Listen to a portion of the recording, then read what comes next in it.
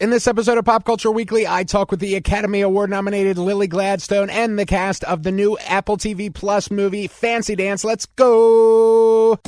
Welcome to Pop Culture Weekly with Kyle McMahon from iHeartRadio. Your pop culture news, views, reviews, and celebrity interviews on all the movies, TV, music, and pop culture you crave weekly. Here's Kyle McMahon.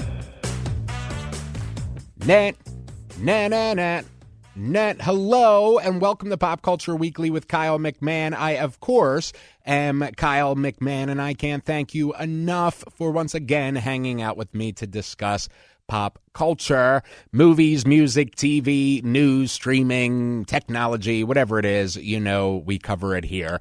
Today, it is all about the brand new film Fancy Dance, which is in select theaters across the country and debuting exclusively on Apple TV Plus.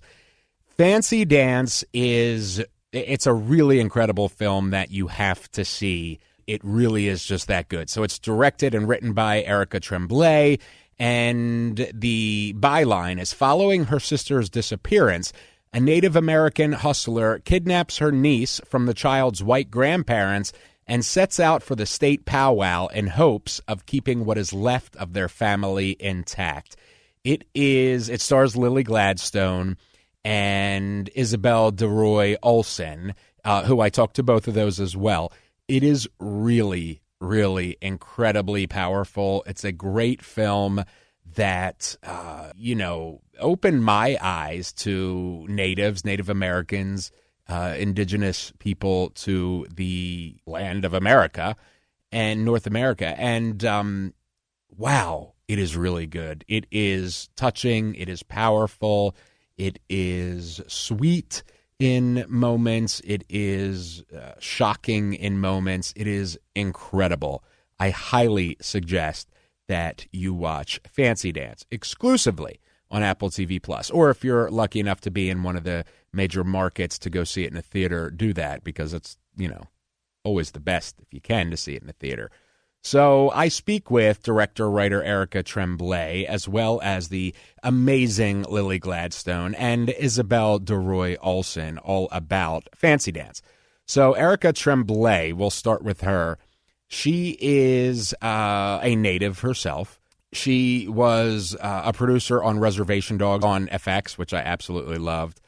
She also was a director there. She did a short film in 2020 called Little Chief, which also starred Lily Gladstone, and that is really amazing as well. Let's just get into my interview with Erica Tremblay.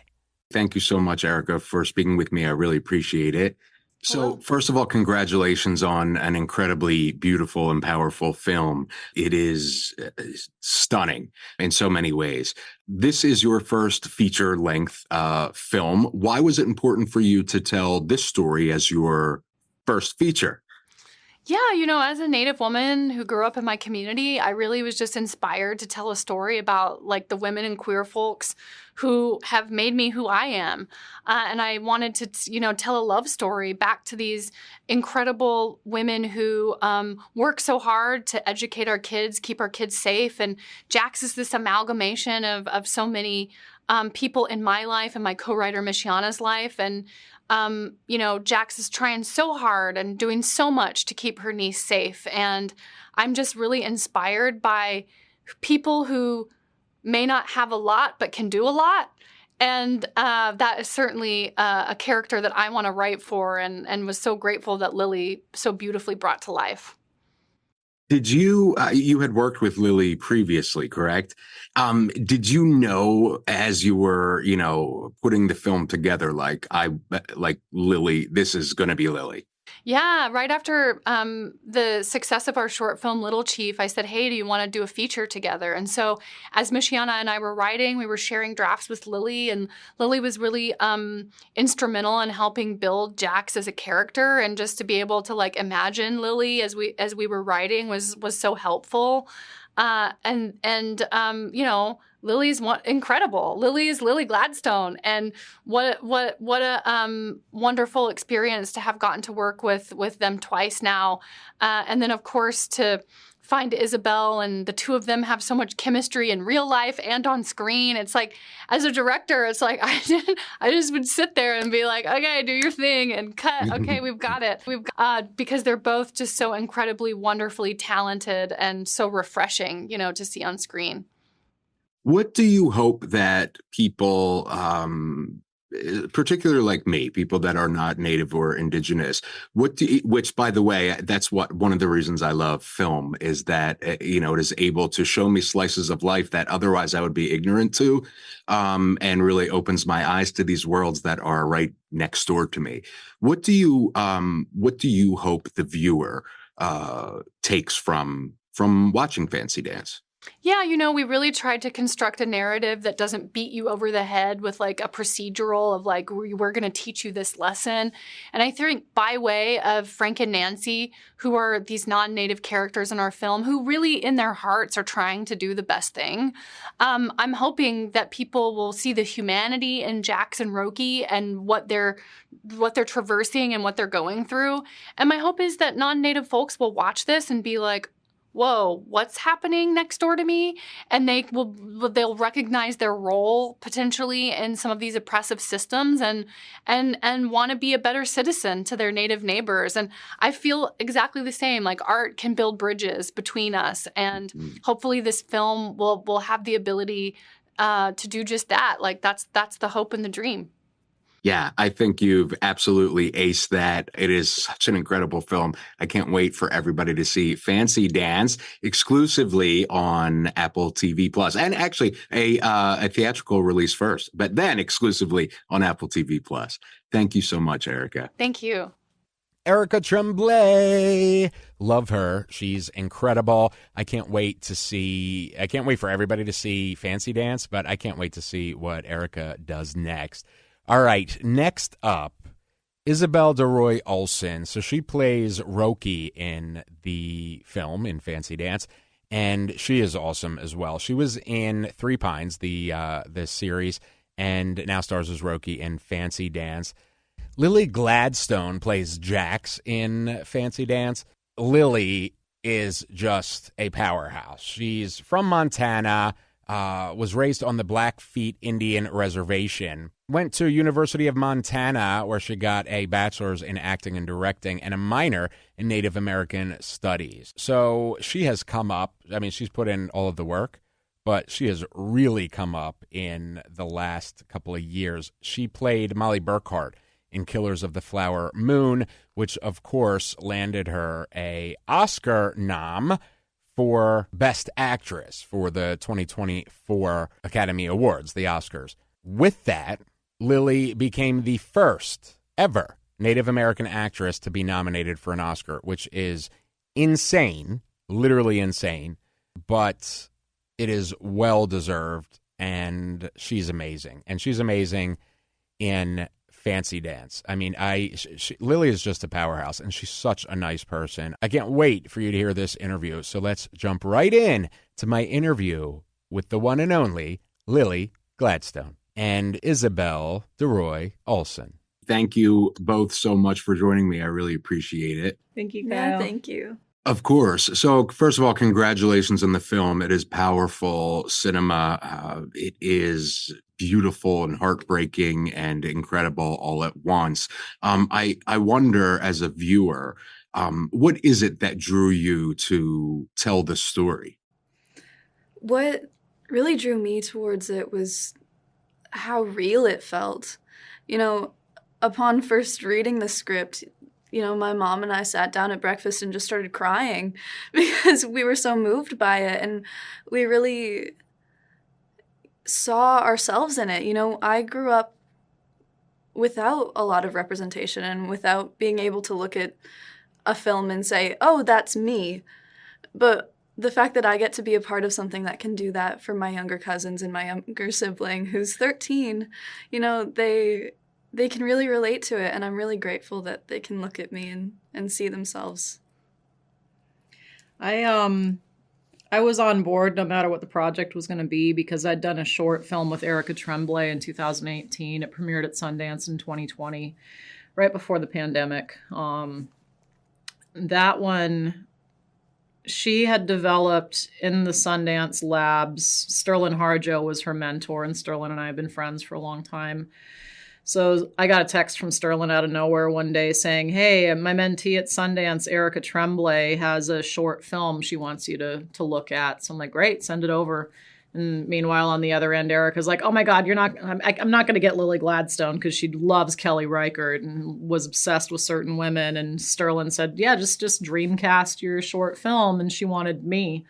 So it's so funny now that she was blown away that actually happened, that Sterling just texted me. Because on the other end, I'm sitting there looking for my next project that's going to really excite me. And then her beautiful script comes in, and 7 pages feels like a full feature. Like every single beat that she wrote in Little Chief spoke to this immense, larger picture with these very small, insular, intimate moments between these two characters. It's a quiet film, but it spoke multitudes, and there are so few filmmakers who are able to just do that. That's one of the powerful things about cinema, is just the language of film and being confident that you have something to say. So I loved that Erica, as a filmmaker, lets things sit. She doesn't shove anything down anyone's throat. It's their space to create character and to have beats and to have those lived-in moments. So I was hoping that she had a feature in her, because she's the kind of artist that I wanted to keep working with. And lo and behold, by the time we wrapped, she said, I would really love to write a feature for you. I have a character in mind. I don't know what it's going to be yet. So I'm like, great, whatever you want. I'm there for it. So I was just waiting for basically Erica to call one day and be like, I have the feature. And then I found out in COVID lockdown summer, she had connected with Michiana Elise also through Sundance and co-wrote what became Fancy Dance. So when I read it, I always knew that the character of Jax, even though I didn't know that would be her name, I knew that Jax was going to be an auntie. I knew that she was going to live in that same sort of resourceful, bending the rules or breaking the law to feed the community, to take care of people. Like, I knew she would exist in that same pocket that Sharon did in Little Chief. But when I read the script, suddenly it was like, oh, this is genre. This is an elevated story outside of, it's still very grounded in reality and feels so lived in, but it's like, I would put it on the shelf between Thelma and Louise and Paper Moon. It's just like, It was the kind of narrative I, as an actor, could really immerse in a very natural way, but could also have some fun with in a narrative way. And I was just so gut punched by how effective the conversations of the Indian Child Welfare Act, removal of Indian kids from Native families, and missing murdered Indigenous relatives was had. Because both Michiana and Erica come from families and from communities that do have people who directly address those things. They grew up knowing how to create a world where those conversations could just exist, where it wasn't being shoved down anyone's throat, where the audience fell in love with these two characters and their family and got invested, and learns through the obstacles the characters face, what the obstacles are that Indigenous people face in finding and protecting our own, and holding on to our kids and our families, and like having access to, wealth, just the inequities in society that we remain in spite of.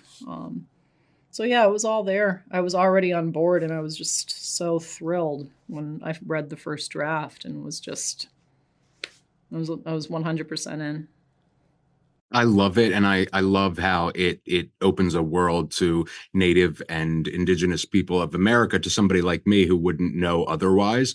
And this exists. These people are living and in our society and the fabric of our society. And to me, that's what great cinema does. So thank you both for sharing your gifts through Fancy Dance. I can't wait for everybody to see it. Thank you so much, Kyle. Isabel DeRoy-Olson, what a promising talent. I can't wait to see what she does next, and she is amazing in Fancy Dance. And Lily Gladstone, such an amazing actor, such an amazing person, such an amazing film. Fancy Dance is so good. Please go, if you're in a major market that's playing it in the theaters, go see it. If not, watch it at home, in the comfort of your own home, exclusively on Apple TV Plus. As you know, I'm a huge Apple TV Plus fan. They are prestige movies, prestige television. They just do work that is just above the rest. So Fancy Dance is no exception, and to me, it's a perfect example of why, they are cut above the rest. All right, that's the episode for now. Well, no, that's this episode forever. But that's the end of the episode, I guess.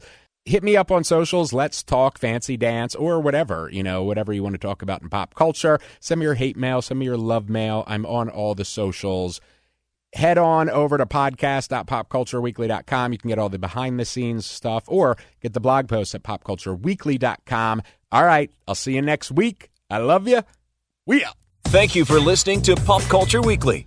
Hear all the latest at popcultureweekly.com.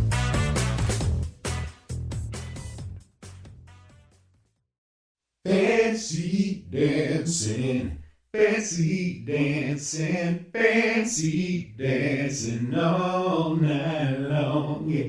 Fancy dance, fancy dance, fancy dancing all night long. Yeah.